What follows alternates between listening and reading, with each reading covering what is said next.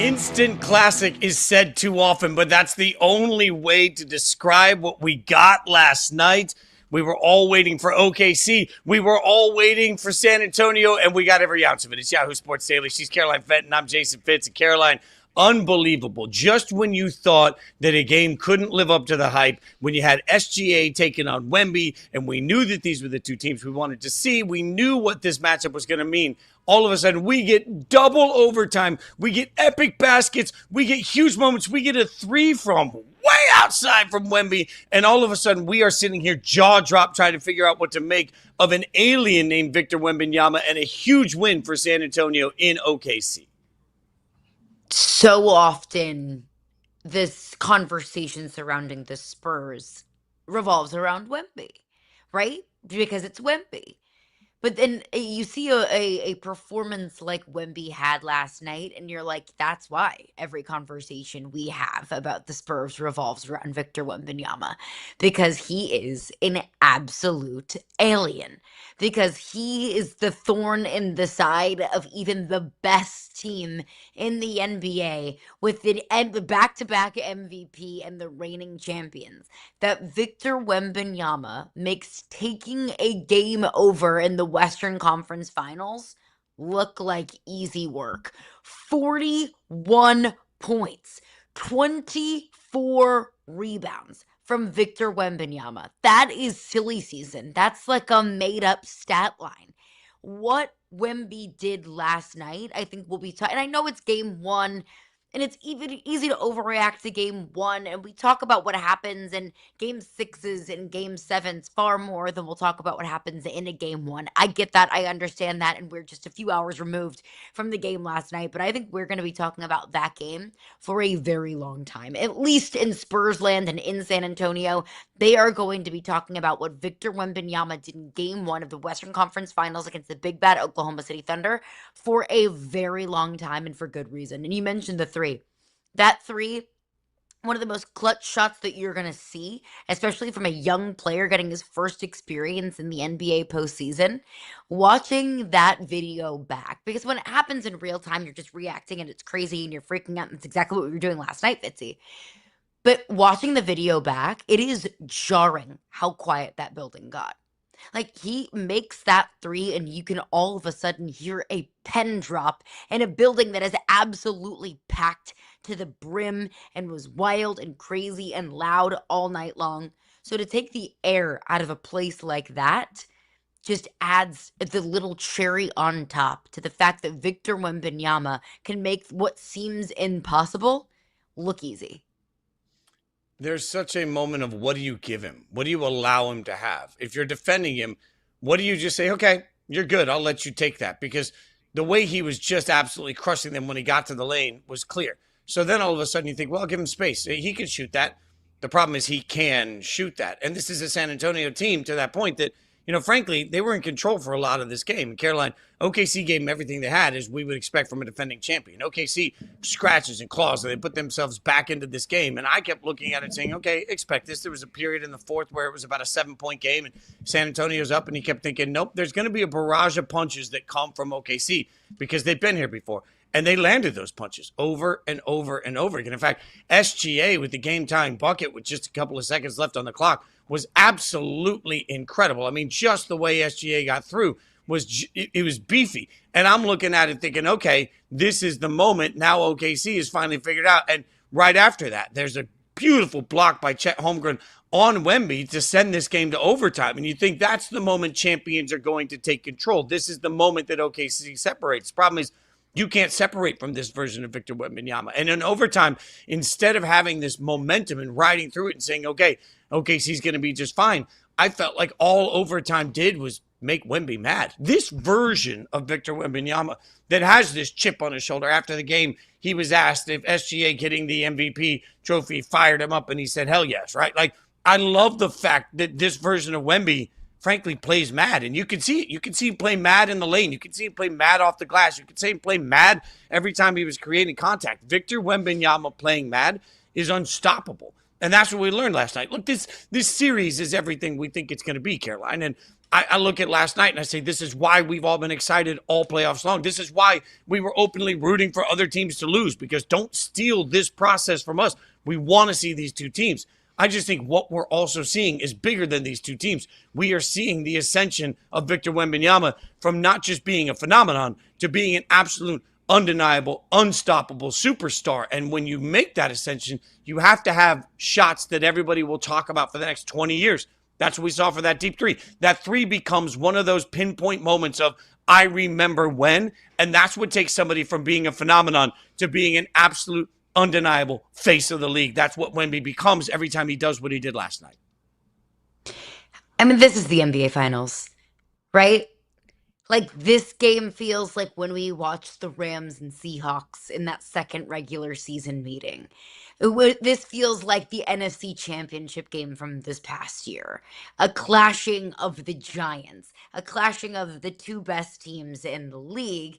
And knowing that, look, the Knicks have been shot out of a cannon over their last two series. I get it. I understand it. I never want to wish basketball away. And if we get the same brand of the Knicks tonight against the Cavs that we have been getting from the Knicks, then yeah, you're going to get, a great matchup in the NBA Finals. But these are the consensus two best teams in the league. SGA, back-to-back MVP, and a very, rightfully so, should have been MVP, taking on Victor Wembanyama, the most exciting player in the NBA, the player that breaks our brain more than any other player in the NBA.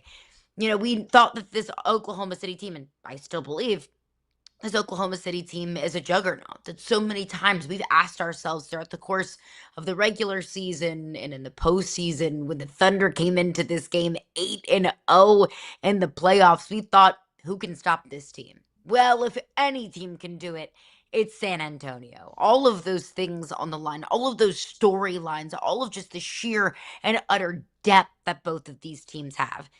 It's the NBA Finals. And it feels that way. And this game delivered it in a way that, like you mentioned off the top, games with this much hype don't always deliver. Because there's no way that a game that has this much hype can be this good. But this game was last night. But with all of that being said, Fitzy, I don't think wildly different about this series this morning than I did going into that game last night. And that's no disrespect to the San Antonio Spurs. That's actually credit that I was giving the Spurs going into this series. Because I just said it. If there was one team that was going to push Oklahoma City to the brink, if there was one team that was going to make Thunder fans feel a little bit uncomfortable throughout the course of a series, it was this team. It was this Spurs team. But I don't think all of a sudden I think wildly different about San Antonio. I think wildly different about the Thunder. I still think this is a series that can go 6 or 7 games. Because I don't think that you're going to see SGA go 3 of 11 in the first half from the floor. I don't think that on any given night that you're going to get single-digit contributions from 3 of Oklahoma City's 5 starters. I don't think that on any given night you're going to only see Jared McCain or AJ Mitchell put up 7 or 4 points respectively. Same way that I don't think on any given night that you're going to see Victor Wembanyama put up 41 points.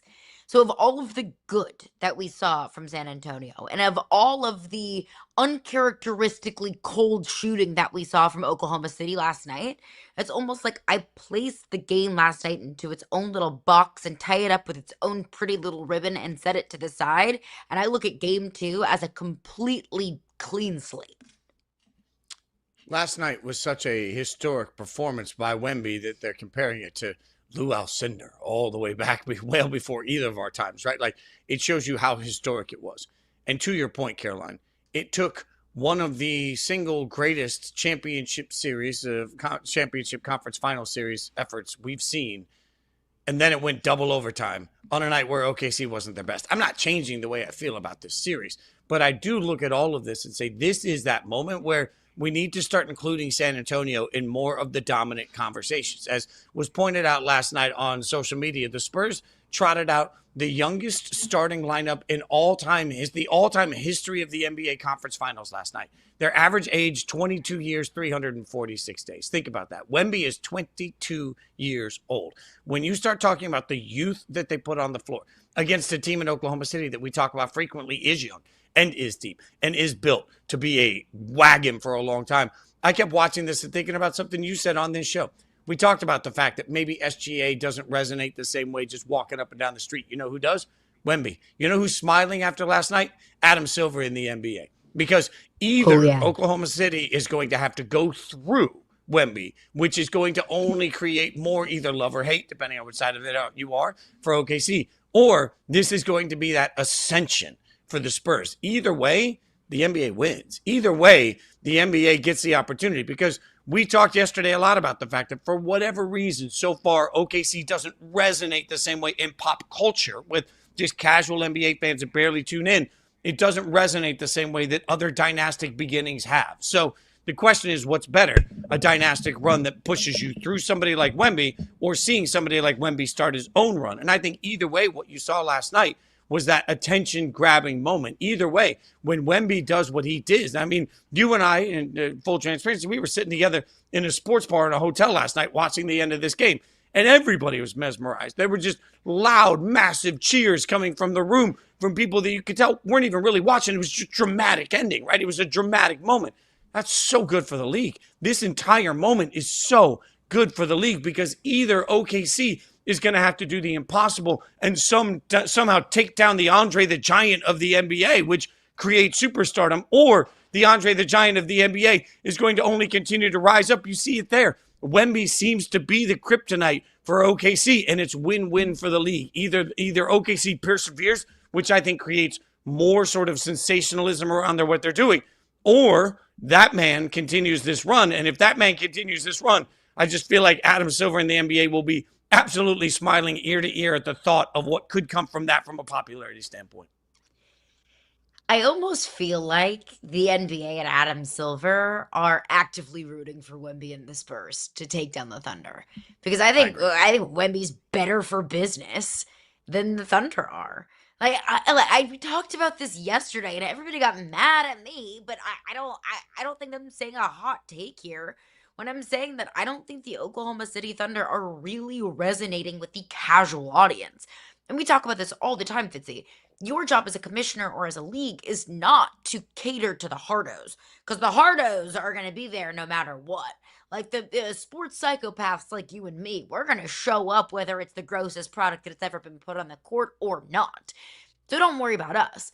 Worry about the people that might tune in to the Western Conference Finals, but also might tune in to Love is Blind Philadelphia, or whatever is the popular show on Netflix right now. So what is more fascinating, or what is an easier thing to sell to the casual fan that may or may not show up? Oklahoma City with, granted, the back-to-back MVP, or is it Victor Wembanyama, who is 7'5", with an 8-foot wingspan, who's young, a young San Antonio team?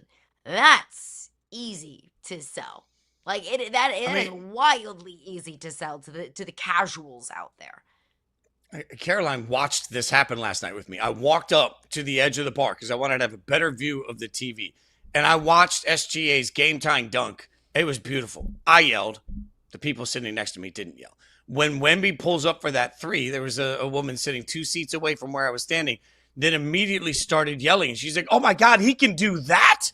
There is a moment of, oh my God, he can do that just comes when you don't look like anyone else that has ever played the game. When you play the game in a way that stands out because of your size combined with your athleticism, and this is not an anti-OKC, like for anyone that sees this on social media and decides we're OKC haters, we've been OKC lovers all year long. We started this show last August talking about the fact that the best thing in my mind for OKC was to be the most dominant team we've ever seen so that they could get the love I believe they deserve. Nothing changes the fact that at some point the best musicians in the world are rarely recognized, but the biggest stars in music are rarely recognized, or usually recognized, right? Like the biggest stars are the thing that people gravitate to. So if Victor Wembanyama can be the biggest star in the league, people are going to stop what they're doing that have never watched a second of modern NBA because they see somebody that size shoot that way that looks like an alien when he's doing it in a game where he had 41 and 24 stinking rebounds. Like the ability to do that It's magnified because it looks different. And at the end of the day, looking different resonates. So plenty more to come on this series because it's absolutely a drug we want injected in our veins, but it is not the only series going on. The East is about to get underway. We'll figure out Cavs-Knicks, what to make for that room, which, by the way, is impossible to get into. We'll break it down next.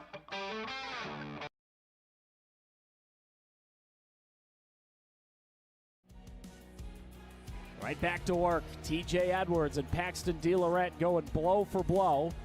Edwards. Oh, what a blitz pickup. Edwards to the end zone, and that is another touchdown.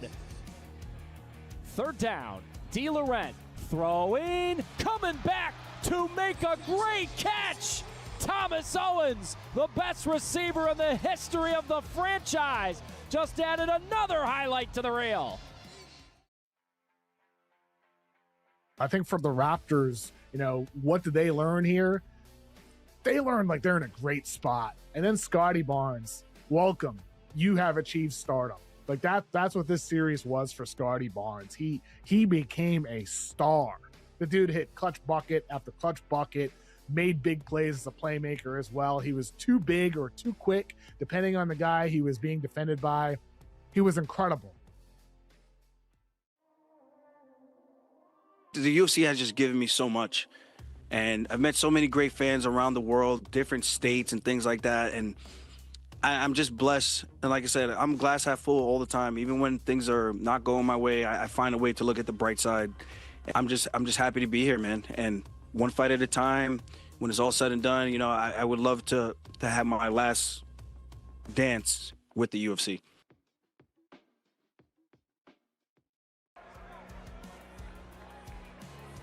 Meyer gets the snap. Meyer extends the play, throws on the run, finds Bruce. Bruce lowers his head, reaches for the end zone and scores. Great pass by Meyer, better effort by Arlen Bruce. And this Arizona offense is grooving. They retake the lead with 9 seconds left in the half.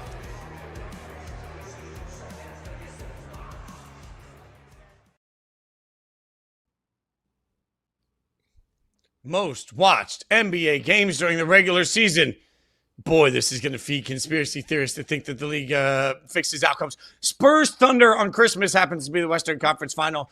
Cavs-Knicks on Christmas happens to be, the Eastern Conference Finals. So, look, this is a win for the league as we're about to get. I know, everybody go get your tin hats. Everybody get your little conspiracy theories going. Cavs-Knicks on Christmas, huge ratings. Cavs-Knicks Eastern Conference Final, likely to be massive too. We are in New York, Caroline and I both. And the funny thing to me is, Caroline, we were talking about it last night. One of our friends, Jared Whitman, tried to get some tickets. Nosebleeds getting into Madison Square Garden for the top row was $1,400, was the best price that anybody could find. And that was through a friend discount. Jeez. So $1,400 through a friend to get into the building. This game, this series, because it's the Knicks, because there's a chance they could go to the NBA Finals.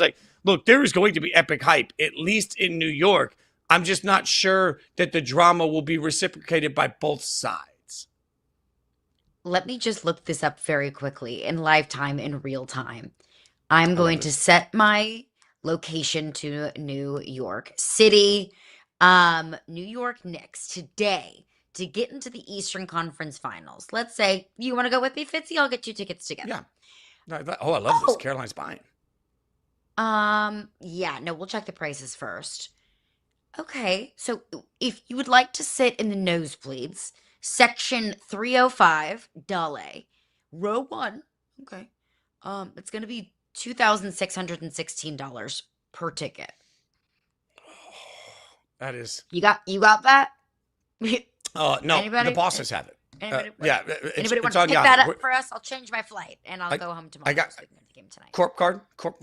Just use our corp card, and then if nobody texts us no by the end of this series, this segment, then we'll take that as a yes, and I will see. We're gonna wait 30 seconds for somebody to tell us no. Perfect. Or we can sit courtside for $10,408, which does feel a little bit like a steal for courtside. Yeah, I don't know. I'm gonna talk myself into it. If it's $2,000 to get in and $10,000 to sit right where I can smell the sweat, I want the sweat. Sweat on me, Brunson. May as well. I gotta ask Jalen Brunson for a cup of Gatorade whenever we get a little bit parched sitting there on the sidelines. Maybe I can say hello to Timothy Chalamet. I hope Kylie Jenner is going to be there too. But I think that is funny that those are the prices to get into MSG. Astronomical prices, which I think is a surprise to none of us. But that's the side of the hype where all that this is coming from. The hype for this series is from the New York side of things, which is also crazy because we haven't seen New York play a basketball game in over a week.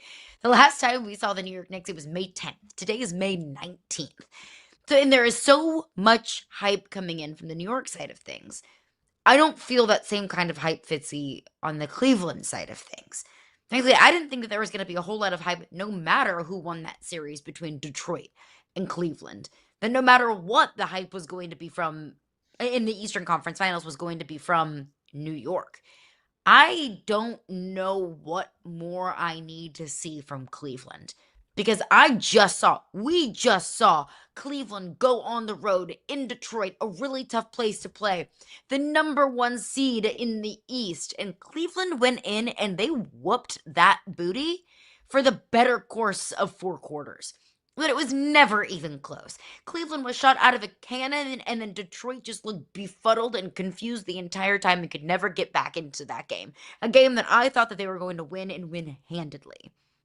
So I don't know what more I need to see from Cleveland, but New York is just such a wagon. New York is rested going into this series. New York has, now granted, asserted their dominance against teams that they should have absolutely waxed, but they did. They look like a different New York team. They look like a better New York team. They look like the New York team that is playing to the ceiling that we all knew was possible. So I think that this is going to be like a 5-game series, and I think it's going to be, significantly less interesting than what we're seeing in the West. I think part of this is sometimes what sticks in our head is the bad. Like if your favorite band or your favorite artist puts out a couple of perfect records, you love them, and then all of a sudden they put out a really bad one. That's what you think of. You're like, oh, they suck now, right? Like we've seen a little bit of bad throughout the course of this playoffs to fuel some of the Cavs conversation that we're having right now. We really haven't seen that. While we saw inconsistency from the Knicks all season long, I agree with that. We've asked every Knicks expert we had what has changed in the playoffs. The fact is, in the playoffs, this is a different team.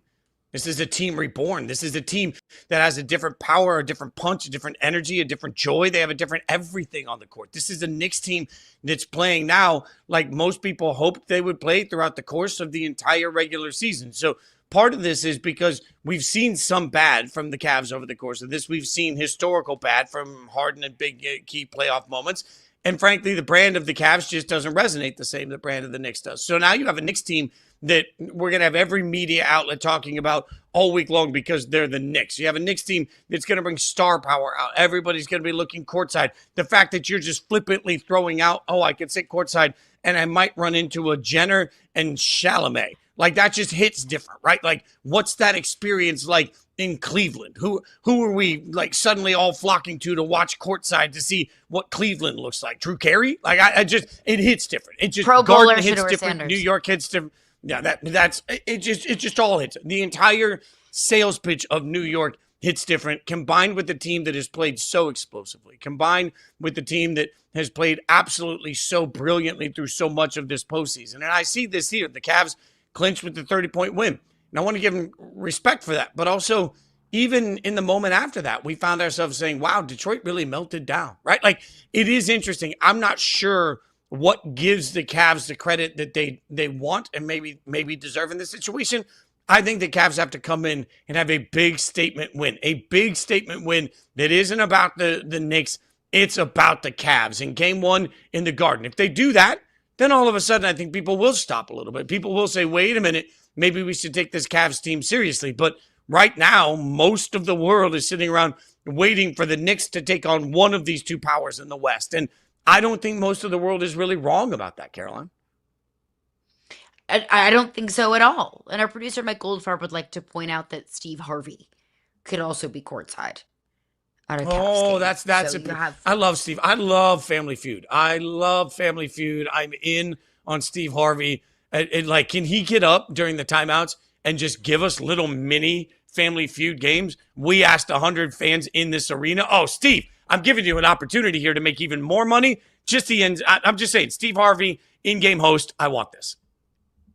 So, but if we're going to talk about Steve Harvey and Family Feud, when you're talking about the Eastern Conference Finals, the top Family Feud answers of why people are going to be tuning into this series, all of the money ones, all of the top three, the ones that really give you the value for Family Feud, it's Cat, it's Brunson, it's OG, it's the Knicks, it's Timothy Chalamet, it's Ben Stiller, it's Spike Lee, did I miss someone? How many Knicks answers do we have to get to, Family Feud style, in order to get to Donovan Mitchell and James Harden?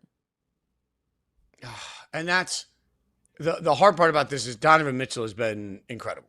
And Donovan Mitchell He's an underrated superstar in this league.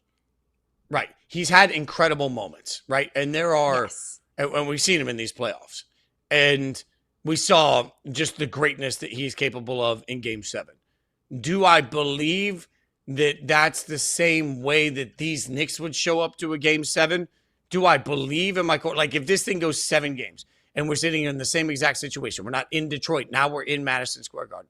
Do I believe that the Knicks will wilt under the pressure of a Game 7 because that's what I believe happened in part to the Pistons? No, I don't. So that makes it really difficult here because I do think we have to give Donovan Mitchell his flowers. And certainly there have been moments in these playoffs, and this is what we're going to do this series. Every game is going to be some either indictment of or glorification of James Harden also. Like, that's the inevitability of playing the Knicks. There will be no calm, reasonable, yeah, that was a pretty good game. No, it'll have to be the best we've ever seen or the worst we've ever seen. And that's just what the Knicks do. So it's interesting that maybe it's because the Knicks have been so ready for every moment of the pressure that has built on top of them since the playoffs started. I just have a hard time seeing the pressure be the reason that the Knicks collapse. And if pressure doesn't take them down, they're a better team than the Cavs are. But a Knicks collapse is within the realm of possibility. Forgive me if that's feels like a lazy take for some Knicks fans out there, but we've also seen that before from this Knicks team. So, I'm not going to bet on it. Like I said, I think the Knicks win this series in 5 games, but we've seen epic collapses from the Knicks before. So I'm not going to act like that's not a possibility. And I'm not going to act like this Cavs team that just went in Detroit in a Game 7 and waxed the floor with them aren't capable of consistently playing at that level. Because Donovan Mitchell is, like I said, he's an underrated superstar in this league. So me feeling that way, the Family Feud style about the Cavs, is not my own personal feelings about the Cavs, but that is our jobs to have a pulse on what the sports fans are feeling. And that's the pulse that I have, that it is all Knicks in this series. That if the Cavs win Game 1, it will not be about what Donovan Mitchell and Evan Mobley and James Harden do. It'll be about what Jaylen Brunson and Cat didn't do. It'll be about the adjustments that Mike Brown didn't make. It'll be about, are the Knicks headed for yet another heartbreaking collapse in a big game or in a big series? No matter what happens, whatever the outcome is going to be, there will be a New York-centric angle. Welcome to the NBA. Welcome to life as a New York Knick. Welcome to life being in, the center of the focal point, not just in New York City, but of the entire country. That's just the fact of the matter of it. And it goes even further than that, Fitzy. It goes even further than the New York market and being the New York Knicks. The Knicks are the one team remaining that I believe is prepped and ready for major renovation if they don't punch their ticket to the NBA Finals. Like, if Cleveland, for example, loses this series, like, let's just say what I predict comes to fruition, they lose this series in 5. I don't think that we're going to be looking at a drastically different Cleveland team next year. Sure, there'll be some retinkering and some changing and maybe some adjustments here and there, but I don't think that it's like, hey, nobody's safe. Same thing in San Antonio. Of course, same thing in Oklahoma City. If those teams don't get to the NBA Finals, again, might see some retinkering. You'll see some additions and some subtractions here and there, but your core is going to be there. If the Knicks don't punch their ticket to the NBA Finals, I think there's a realistic possibility that we're looking at drastic changes.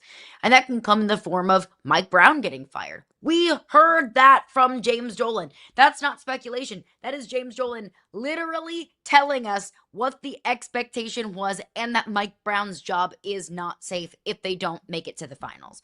I think we're talking about Giannis to the Knicks as a serious conversation in the offseason. I think we're talking about potential massive overhaul in New York if they don't, at least get a chance to win a championship here.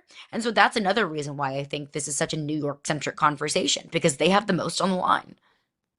We will keep track of every ounce of the drama throughout the course of the entire playoffs right here. Coming up next, time to get funny. One of the funniest guys in the world, Roy Wood Jr., joins us. We'll get his thoughts on Major League Baseball, life, really everything. Coming up next.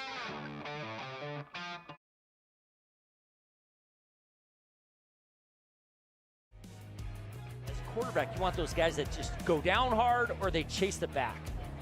Here comes Pius once again, gets through. The ball is hauled in off the dasher board by Marlon Cook Jr. A full-grown man reception there at the 15-yard line. Atkinson's two in motion.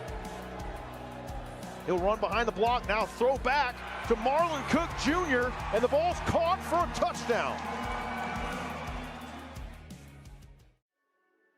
But I'm not going to lie, I was totally shocked. I was shocked that they actually pulled the trigger. I wondered if they would, again, still try to build around a huge talent in the WNBA, who's a huge star, one of the most popular players in the league, regardless of what you think about her play. They're going to be able to move games to State Farm Arena where the Hawks play now because of the Angel Reese effect. And I think she wanted an organization that had a clear vision of the future, and she gets that in Atlanta. I loved Acuff all year. I mean, what an amazing college player. Oh, yeah. It's just his prototype in the NBA concerns me. But Acuff to me is the one that says, is he as good as Trae Young offensively? Probably not. Is he as bad defensively as Trae Young? Probably. And you hope not. There's a question about how playable Trae Young is, even with the skill set that he has. There's the toss to Kerrigan. He is destroyed at the 2-yard line. Yeah, and a great effort by Carson Taylor, defensive end. He makes Kerrigan really have to get wide here, and then good pursuit by the rest of the defense. Arizona down by 3. Snap to Meyer. There's to give to Clark. Open space, hurdles a defender, and he's tackled at the 17.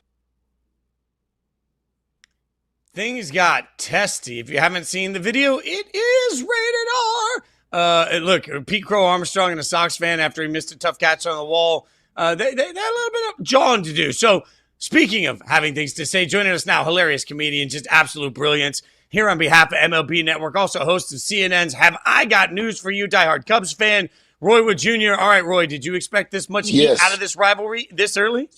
Yeah, because the White Sox are good again, and the White Sox are always treated like the stepchild in the city of Chicago, even though they got a chip before the Cubs got one in the 21st century, the 22nd century, where you know what I'm trying to say. They did it before then, more recently.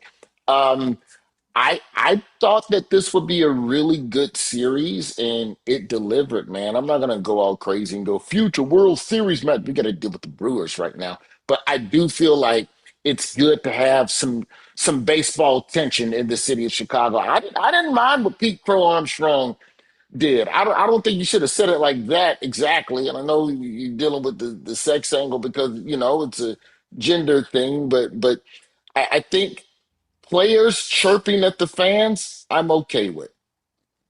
Maybe not to that phrase, but in terms of like just straight up like letting fans, well, you set it up first because I applaud the emotion. Let me just say that I applaud the emotion, not the words. Can I do that? Can I toe the line? Yes.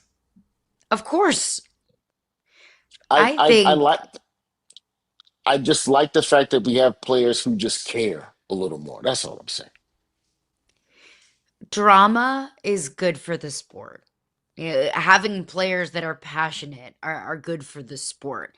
And I think the sport of baseball is better when this rivalry is good and it means something to the fans and it means something to the players. But the Crosstown Series doesn't get nearly as much recognition or love as maybe Yankees Red Sox or the Subway Series between the Yankees and the Mets. Why is that? You're in the middle of it as a White Sox fan. So how can we love the Crosstown Series as much as we love some other baseball I rivalries? mean, for me, like, first off, my Cub fandom was passed on. I'm an Alabamian. My Cub fandom was passed on to me because my dad used to do a sports show with Ernie Banks back in the 70s on Chicago radio. So I grew up watching the Cubs, and then once they started doing interleague play, the White Sox were good for a stretch. They had Jack McDowell, they had Frank Thomas, they had Paul Konerko, they had the names. I think that part of why the Cubs Sox crosstown doesn't get as much fanfares because the White Sox just traditionally have not been good. They have not been good. If you just look at the last decade, they have underperformed. They got Ken Williams out of there and they made some bold moves. I was shocked that they were able to sign Murakami. Like, I didn't think that that was going to happen. But, now that brother is, I think, at the top of the AL in homers. If not, he's top three. So to be able to have him in the mix and have the White Sox competitive again, I think it matters. And when you look at a player like Pete Crow Armstrong, every play matters to him. That man dives and jumps and slides for everything in the outfield with reckless abandon. I haven't seen that type of psychotic behavior since Jim Edmonds, maybe in center field, or maybe like Tim Salmon. So for him to miss a ball that he really wanted to catch, and then someone just chirp, you're gonna say something. Do you all think MLB is better when we have like this? Because like I didn't mind Albert Bell running people over. I didn't mind Carlos Zambrano fighting his teammates. I didn't mind Milton Bradley every now and then. Like, I feel like every team needs one player that's just a little loose, just a little loose. John Rocker then, before John Rocker now, just a little loose. You need like every championship, every competitive team had one player that you just, hey man, I don't know if I want him on the team bus. He's a little weird. And I So think that's where you get baseball all excited again.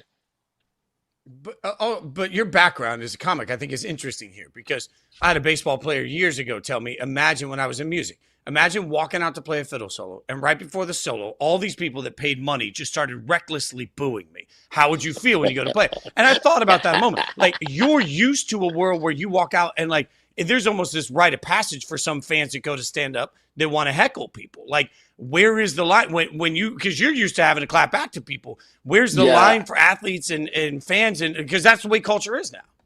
yeah. I mean, a lot of it is just you doing something to get likes on your page. If you take it back to Mookie Betts in the World Series 2 years ago when the Yankee fans grabbed his arm on the foul ball down the line, there definitely has to be a line. Not only that, but they were like unapologetic about it or whatever.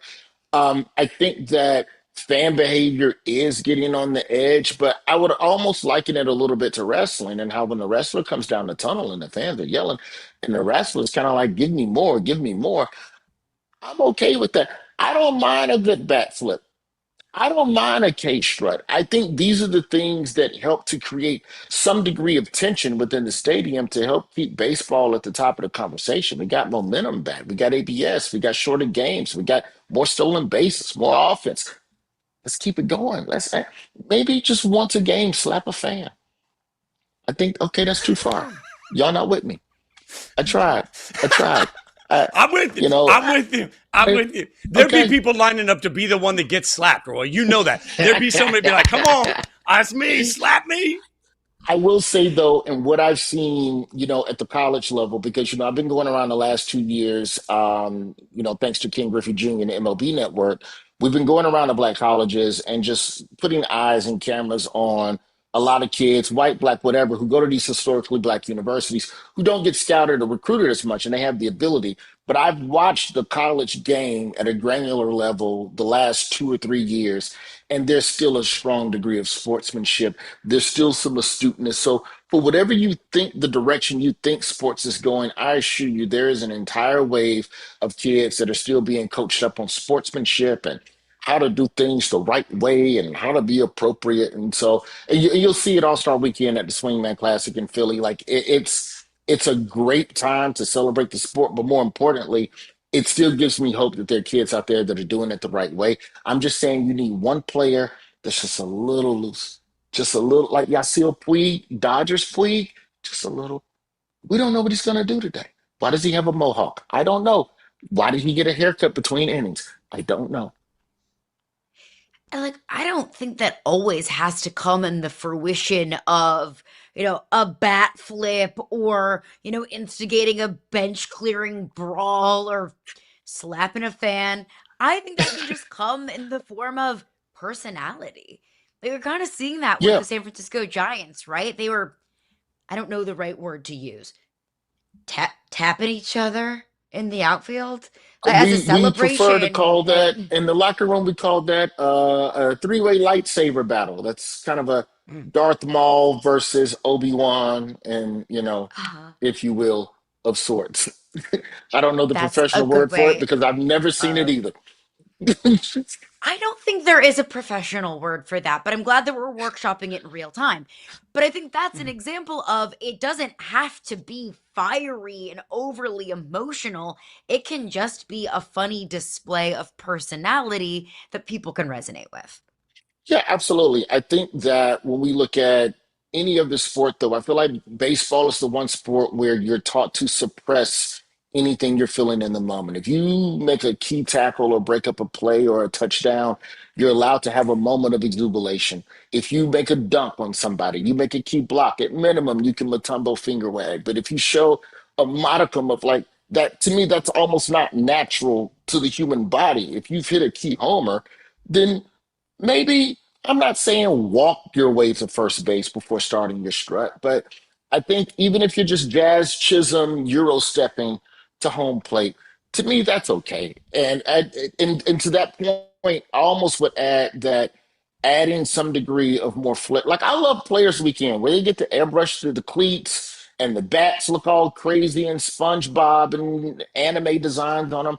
Put a little bit of more of that in just a regular season game, and I think you would see something. I saw something that also that was very interesting last year. So I host the East West Classic at Rickwood Field that we do every year in Birmingham, where all of these players from yesteryear and kind of like recently retired, like your Nick Swishers, your CCs, your Sheffields, they come to Birmingham, they play a game with each other and do a home run derby, right? The thing that's lost about the East West Classic and they're paying tribute to these to the previous Negro Leaguers is that they interact with all of the fans before and after the game. I know you saw the stuff with Messi and the debate on whether or not the Miami Inter Miami wasn't paying respect to their fans after a game after they had a loss to a rival. The East West Classic is dope because there is a level of fan interaction between the players and the fans before and after the game. And I'm not saying you got to mingle and sign autographs after a game, but it just added something. And it's part of what makes the East West Classic special. But I think that there are little pieces that MLB could be picking and nibbling off of from some of their exhibition matches that would add to what you're talking about, just giving players a little bit of personality.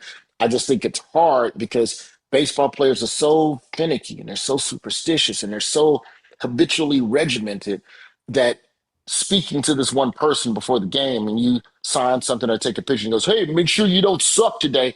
And then you're in a 0 for 18 slump. Was it Cal Raleigh went 0 for in a month without a Mhm. home? Or who was it? It was somebody in Seattle that almost did Cal the 0 Raleigh. for 50.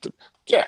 So it's that type of if you're 0 for whatever, you're probably not going to want to go mingle or wave at the fans above the dugout after the game. But, I think little things like that would be dope to add that would help a little bit as well. But I just think it's hard, like just as a human, how do you suppress emotion? You just missed a ball against your rival, and you look up, and there is a White Sox fan double fisting margaritas yelling in your face. And you kind of gotta I don't know. You don't say that, but I don't know how you keep that down. How do y'all feel about the in-game interviews? Because that was something I enjoyed with East West. Like right there, we're talking to Prince Fielder. after he won the home run derby. Hit 3 balls out of Rickwood Field, by the way. Uh, like over the Negro League fence that's still back there, where it's like 400 down the line, 480 straight away. Prince Fielder was hitting 420 moonshots. Like he's hitting the ball and just like, there's nothing wrong with you. You just want to play no more. What? Huh? How are you still doing that? How do y'all feel about like the in-game interviews and stuff? Do you feel like that's distracting for the No, I players? I mean, feel like as a fan, I like it. in fairness, Roy, like Caroline and I both do a lot of work with the indoor football league, which is much different. I get, but like one of the things that they allow is last night I was doing sidelines on an indoor football league game.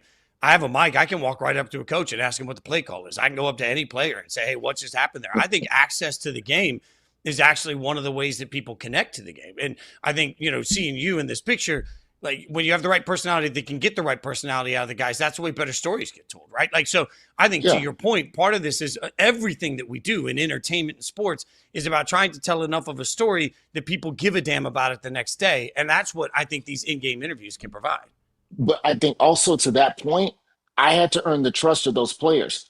I hosted the MLB Awards 3 years in a row. And that first year, I'm doing jokes about people. They go, who is this guy that only played that rode the bench in high school? So once players know and understand that you have an appreciation and reverence for what they do, I think the conversation changes. The energy is different. So you've seen me slum it out in the middle of nowhere, talking to black college kids. And then you've seen me at the swingman. So then when I'm finally at the East West and I'm talking to CC or I'm talking to Dusty Baker, that comes with the level of, oh, okay, I'll open up to you. So I think sometimes players maybe have a level of trepidation about that during the regular broadcast because there's a big trust issue starting now between athletes and the media as well. But I do think in-game interviews are fun. I don't know how much with baseball you should have the manager doing it because there's so much happening in real time. But like during spring training, I absolutely love the fact that that Lindor was mic'd up in the middle of the game and you can just hear him hustling to make a play. I think he made an error while mic'd up once. And he's just like, yeah, airball that one, but it's spring. That's when you get the kinks out. So, I mean, it's like that to me, that definitely adds personality. And maybe we do that instead of punching a fan in the face. But I think we can workshop both. You guys can hang out. You can see the East West Classic tickets still available there. You can obviously check out Have I Got News for You on CNN and follow him on Twitter, X, at Roy Wood Jr. Roy, appreciate your time, man. You got to come back. When the Cubs are just crushing it, come back and keep hanging out with us. Absolutely. And you guys got to come to Philly for the Swingman Classic. You have to see these kids play. It's Swingman, then it's All-Star, then it's Home Run Derby. It's a huge weekend, and we want everybody to come down to Birmingham. The tickets are $12. You get to see baseball in America's oldest stadium. And you get to see Prince Fielder. Hopefully he'll be in the Home Run Derby this year. I think he will. You get to see him hit balls to Atlanta for $12. We got to be there. We got to be there. We got to hang out with you. Roy, thanks for the time, man. We appreciate you, brother. Hey, thank y'all. Thanks, Roy. Coming up next, we're going to figure out from the NBA standpoint, on target, on something from the shocking NBA player survey. We'll tell you next.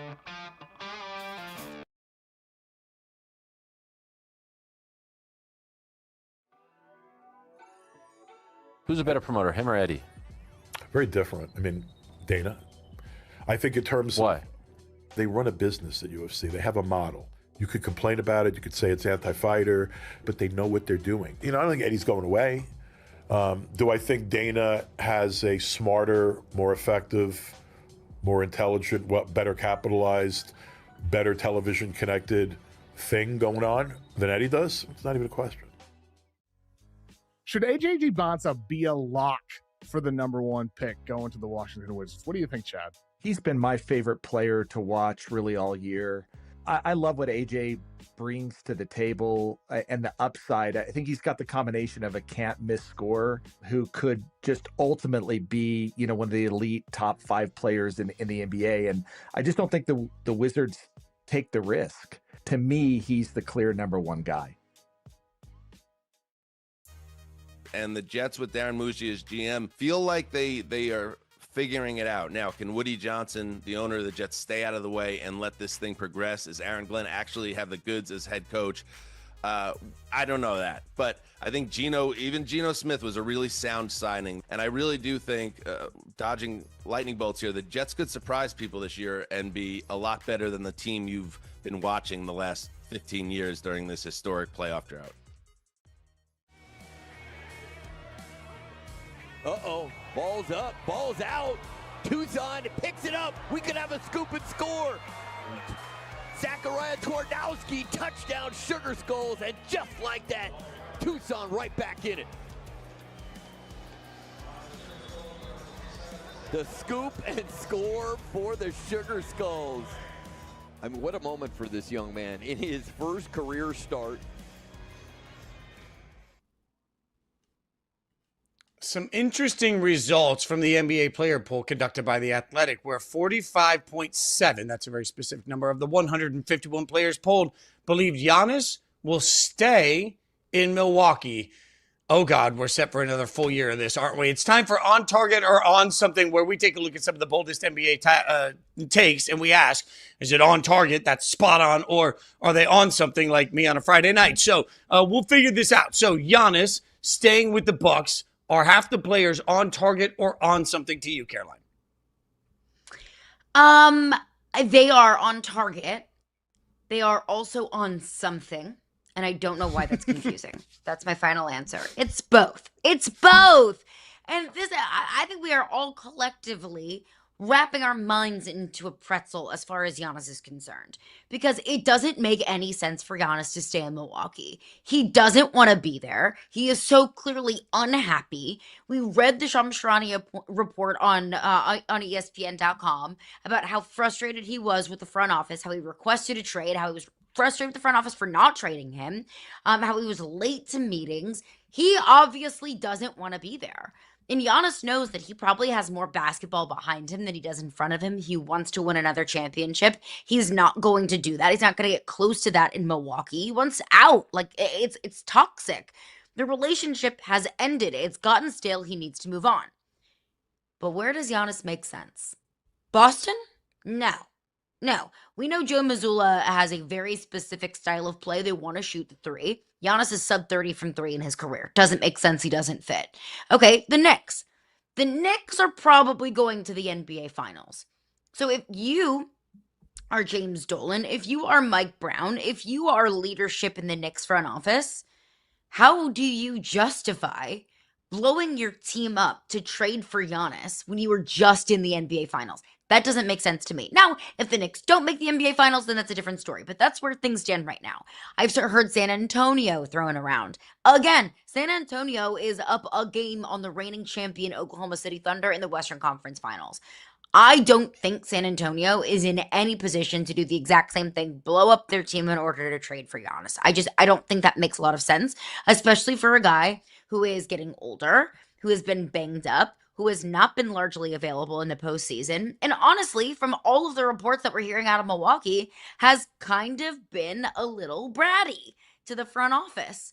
So it's both, because I don't think he can stay in Milwaukee. I think that it's gotten far too contentious in Milwaukee, but I don't think that there's a landing spot that makes a lot of sense. It's funny because my answer, if you'd asked me 3 years ago, 4 years ago, 5 years ago, is Giannis going to be traded? Because we've been doing it that damn long. Was always, it's not worth it. The Bucks are never going to get anything in return that would actually make it worth what Giannis means to the Bucks. It's been my answer for years. My answer to all of this has stayed the same. It's just the math is a little bit different. Now it's not worth it. Like, what are you really getting from Giannis that's going to suddenly take you over the edge? I think Giannis has started to break down a little bit. I don't think his body is where it was, and I'm not sure that I'm looking around saying, oh, this team is just one Giannis away from everything being perfect. And so I look at it and say, well, they want a king's ransom in return because he means that much to them. But that doesn't mean he means that much to anybody else in the league at this point for what they would need in return. So I'm still struggling to make it worth it. But this time it's not because Giannis is so great. It's because I'm not sure how the return is warranted for what the player actually means on the floor. Like, the concept of Giannis going somewhere is better than the actual result on the basketball court. I would ask you, the only reason if I ran a team today that I would trade for Giannis is because I believe I should give up whatever it takes to get him, because he's going to win me a championship. And when I look around across the league and I think about the subtraction it would take for the addition of Giannis, I'm not sure it's actually worth it. So right now, even though it doesn't make any sense for him to stay in Milwaukee, I'm still not sure he's actually going to go to Milwaukee, because what they'll get in return is just going to be a pittance compared to what they expect for somebody that's as important to the organization as Giannis is. How about this one? Of the 151 players polled, only 41% said that Victor Wembanyama is the best defensive player in the league. A lot of other players got small, tiny percentages. 59% of the league players surveyed, are they on target or on something? They're on something. We are doing mental gymnastics if we are trying to rationalize that Victor Wembanyama is not the best defensive player in the NBA. He has an 8-foot wingspan, for crying out loud. Try to get a shot off on that. Every photo that I see, or, just a still of Wemby next to a dominant NBA player, but they look like a third grader going out with their dad, like that. Like, they look teeny tiny, and we're talking about 6'5" NBA like Adonises, and Wemby makes them look like teeny tiny little children. Like, you're totally on something if you think that man is not the most physically imposing, terrifying defensive player in the league. Period, in the league. But Fitzy, I do think that there is maybe a thought there with so many NBA players of they're like, he's just big. Like, he's just 7'4", 7'5", whatever Wemby actually is versus what he's listed at. I think there are some players that feel some type of way of giving him credit for what he was is just a God-given ability, God-given size. No, well, look, they're on something because they're on medication for their jealousy. Like, that's what this just reeks of. Oh, he's not cure. That good. He's just tall. Yeah, it's a disease. Go see a doctor. It's all of this. Like, he's just, look at that. Like, I mean, that's not talent. That's just long arms. Like, come on, man. Like, what are we doing here? We're making these things too complicated. When you walk out on a basketball court and you see Wemby and you realize what it's going to do, when you see how many grown men that are incredible NBA players are suddenly afraid to go at the rim because they see that tower of a human being right there, like, nah, we are taking something very simple and making it complicated if we're trying to say that anybody other than Wemby is the best defensive player in the league. And I don't care if it's because of his size. I don't care if it's because of his natural gifts. All I care about is the result. And the result tells me that Wemby is the best defensive player in the league and has a real shot at being the best defensive player that we've ever seen or will ever see play the game. So calm down, everybody. All right, how about this one? We've got overrated player. Rockets big Alperen Sengun was topping the list. He topped the list above Rudy Gobert and Trae Young. Sengun, a two-time All-Star. The players say he is the most overrated player in the league. On target or on something about Alperen Sengun? What did Alperen Sengun do to the rest of the NBA? Like, overrated? Like, Alperen Sengun's a fine player. I also don't think that we talk about Alperen Sengun enough for him to be overrated. That was wild to me. Rudy Gobert, I don't think is fair. You look at Nikola Jokic's series against the Timberwolves. He was he shot 26% from the field in one game against Minnesota. 1 of 5 from 3, 1 of 4 from 3, 0 of 3 from 3, 2 of 10 from 3, 1 of 7 from 3, 2 of 7 from 3. Those were his 6 games against Minnesota. It's because of Rudy Gobert. So I don't think you can say that he is overrated. Trae Young, that's definitely fair. That is a fair conversation to have. But Alperen Sengun, you're on something. Like, what?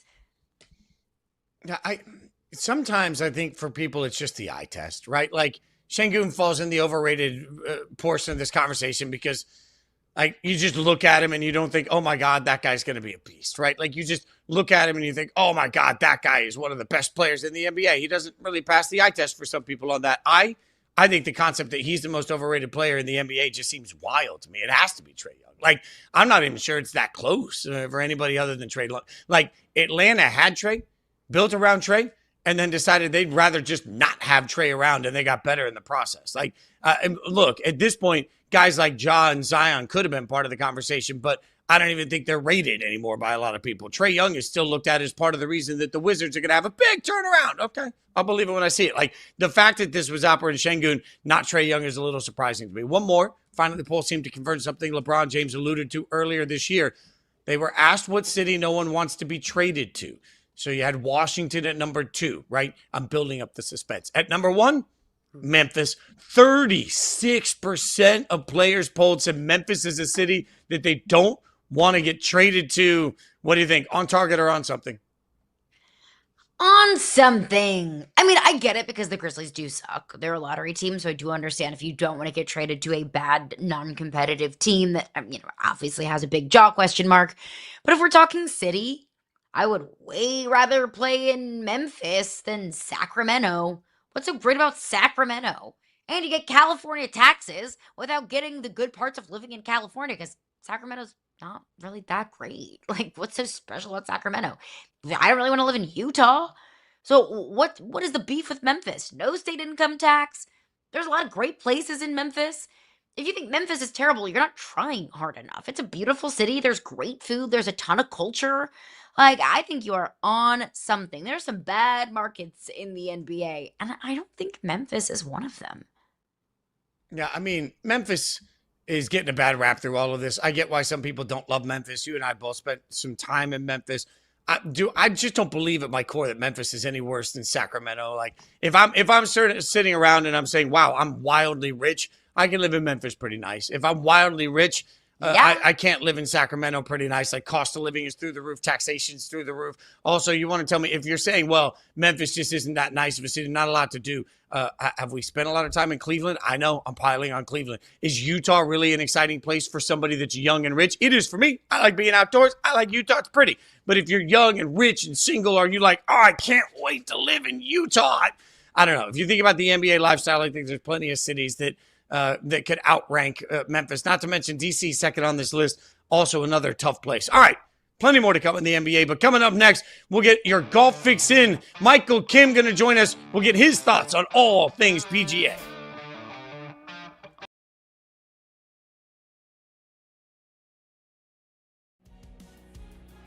Right back to work. TJ Edwards and Paxton DeLorette going blow for blow. Edwards. Oh, what a blitz pickup. Edwards to the end zone, and that is another touchdown. Third down, DeLorette throwing, coming back to make a great catch. Thomas Owens, the best receiver in the history of the franchise, just added another highlight to the reel. I think for the Raptors, what did they learn here? They learned like they're in a great spot. And then Scotty Barnes, welcome. You have achieved stardom. Like that's what this series was for Scotty Barnes. He became a star. The dude hit clutch bucket after clutch bucket, made big plays as a playmaker as well. He was too big or too quick, depending on the guy he was being defended by. He was incredible. The UFC has just given me so much.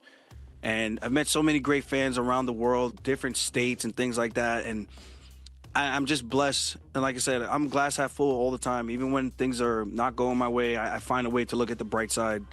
I'm just happy to be here, man. And one fight at a time, when it's all said and done, I would love to have my last dance with the UFC.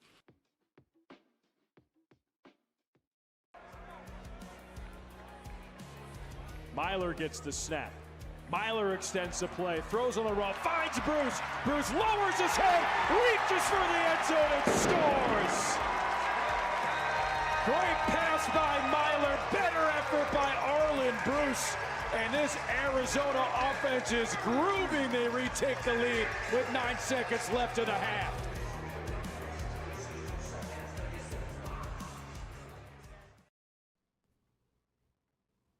Michael Kim tweets out, not the worst consolation prize. If I stay in the top 50 after one more week, I'm also exempt into the Open Championship. Currently 45. Joining us now to talk about major championships and more, PGA Tour Pro social media sensation, Michael Kim. Thanks for being here. So you get that consolation prize. But the weekend was a whirlwind. We talked a lot about it on the show as we were getting ready to have you on. Friday, not the best start. Saturday, hot. What does a weekend like that for you feel like as you're going through it? Yeah, it was super exciting for sure. Because the leaderboard was so bunched, I think I got it to 2 under at one point, which was only two shots back, and I felt like if I had a decent back nine, I could be in contention for Sunday, which I struggled a little bit coming in, but it was super exciting to feel like I was part of the mix for a little bit there. Yeah, take me into your mindset there because, Friday you make the cut, Saturday you had a fantastic start. What's going through your mind? Are you thinking, oh my gosh, I can actually win this thing? Do you start to get nervous? Do you start to actually think about what's possible? Like, what's going through your mind in that moment?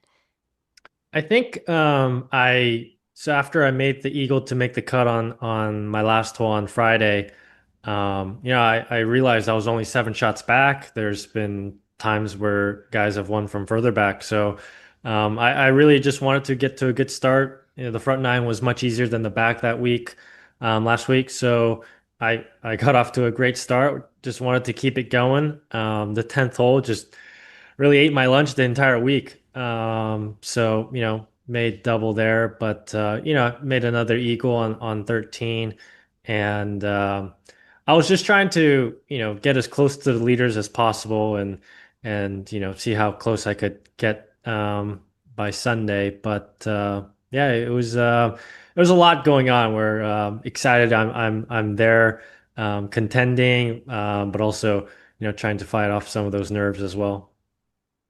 So obviously, we're going to take the Masters out of this equation for a second. We all know what the Masters means to golfers, but let's look at the rest of the majors. If you had to rank the other three, like your excitement to play them, PGA Championship, US Open, Open Championship, how do you rank them? It's Open Championship number 2, US Open number 3, and PGA Championship number 4. Only because there has to be a fourth. But I played the Open Championship for the first time in 2018 after I won at Carnoustie, and I just fell in love with links golf and that style of golf. I think is so unique. It's basically how golf got started at St. Andrews, at the home of golf, and I thoroughly enjoy playing the Open Championship more than almost any other tournament in the world. Would you say that ranking is a consensus amongst most golfers, or is it more personal, preference?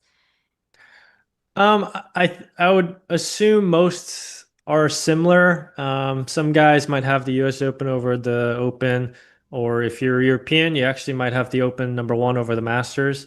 I would say overall, I would think that's probably the consensus for most guys. Maybe some for more Americans, they would have the U.S. Open above the Open Championship, but I just enjoy that link style golf so much that I've always enjoyed the Open Championship a little bit more than the U.S. Open. So you talked a little bit about Aaron Rye and how his win inspired you. How did it inspire you? Yeah, over the last few years, it's been a lot of favorites winning, kind of the big names like Scotty. Well, Scotty just won a bunch. Rory, and it's when those guys are winning all the time. It's a bit defeating in a way, because you're like, man, that's such high level golf. I don't know if I can compete with those guys sometimes, or if they're on, I don't know if I can beat them that much. But Aaron, he's not the longest guy. You see him, he grinds his butt off. You know how hard he's worked, but you see him, and it's not like oh wow, I can't hit any of the shots that he's hitting. And so when you get a guy like Aaron that's won, and he wasn't even having like the greatest year up to this PGA Championship, so definitely gives you hope and renewed kind of belief that, hey, like I can absolutely win one of these tournaments if I put in a really good week. You also tweeted that you got to meet Scott Van Pelt, which we can personally attest that he is just as good, if not better, of a person that he is a broadcaster, and that is an incredibly high bar. But the exact line you tweeted was, quote, "You know who I am? Question mark? What? Why take to social and say that? Yeah, I mean, I grew up watching him on SportsCenter like every night. He's as big of a celebrity for me as most any other celebrities out there. And I was just hitting golf balls. He was kind of walking down the range, and he's hard to miss because he's such a big, tall guy. Stanford Steve was with him too, and he just came up to me and said hello and said he really liked what I was doing on Twitter or X, and I just thought that was just like so cool for him to come by and say hello and tell that to me, and yeah, that was he's I feel like we golfers get a little bit more street cred from him because he originally started a golf channel, and so obviously he's very knowledgeable about that game, about the game, and it was just really cool meeting him. With that being said, I always love it when guys are on this journey, right? And you think about all the work you've put in for years to try and get to where you are. When you think back so far to where your career is, what's the first moment where you really stopped and got to soak it in and look around and say, holy cow, I made it? I think my first PGA Tour win in 2018 at the John Deere, that was kind of oh my gosh, like I actually did it. This is kind of what I've been dreaming about my entire life, of winning on the PGA Tour. And then also, first start at the Masters. It's the tournament that everyone has grown up watching. All the holes, all the shots, and they announce you now on the tee, Michael Kim, and those two moments are definitely surreal and moments that I'll remember for the rest of my life. But you also talked earlier about sometimes wondering, hey, can I win? Do I belong? How, as a golfer, do you sort of shut down the imposter syndrome that's so real for so many people and really get through that mentally? Yeah, it's at the end of the day, it's kind of like, all right, what is my job currently? What am I trying to achieve, at this very moment?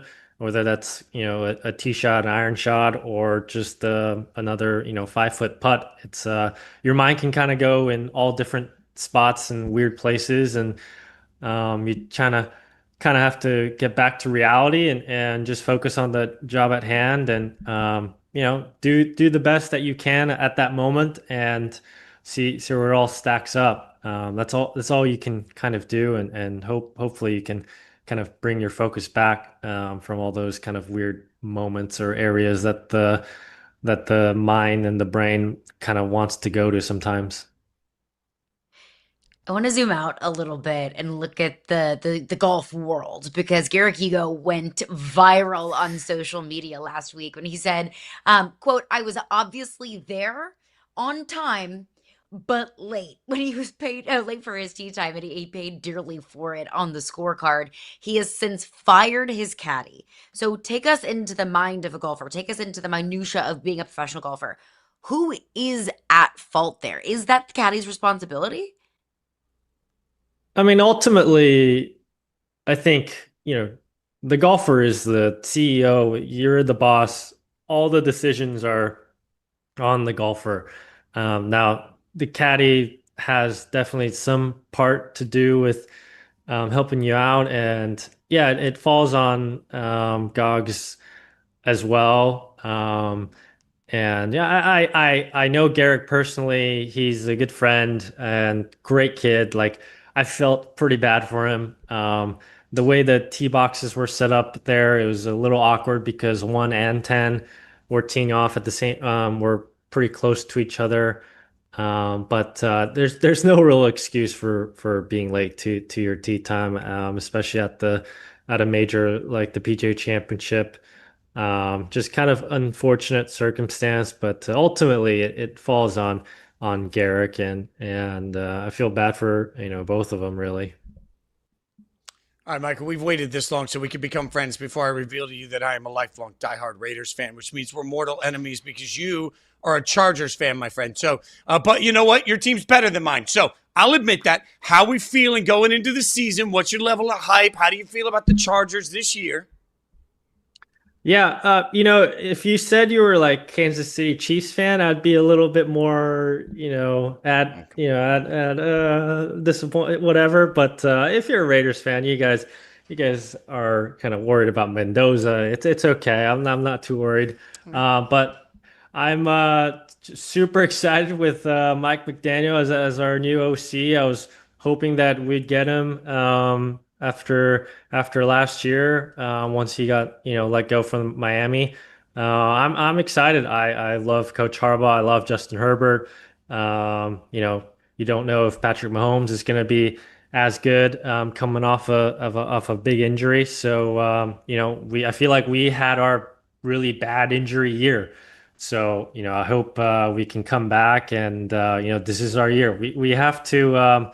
I think a lot of the old linemen, I think their contracts are gonna start creeping up. So we need to kind of strike. I feel like this is the year to strike. Wait, but here's the thing. So many NFL players love to golf. You are such an accomplished golfer. Are you giving golf tips to Chargers? Like, are there players that are hitting you up saying, hey, come on, help my golf game a little bit? I will gladly help Patrick Mahomes with this golf game and anyone else on the Chiefs. As we'll play golf, you don't have to focus on the football. Let Andy Reid handle that. Patrick and I, we'll just play golf all day, and we'll let Justin just focus on only football and the new offense that Mike McDaniel is going to cook up for him. Well played. That's absolutely, it's brilliant. Yeah, that's brilliant by you. You found a way to turn it into a distraction for the opponent. That is spectacular work. Michael, we really appreciate it. Congratulations on all your success. Thanks for hanging out with us. Thanks for joining us today. You got to come back. When the Chargers play the Raiders, you got to come back on and we can trash talk each other. You'll do most of the talking because I've learned my lesson. But we appreciate you, my friend. Thanks for hanging out. Sounds good. Thanks, Great Michael. stuff from Michael Kim. Coming up, let the James games begin. We'll tell you about it.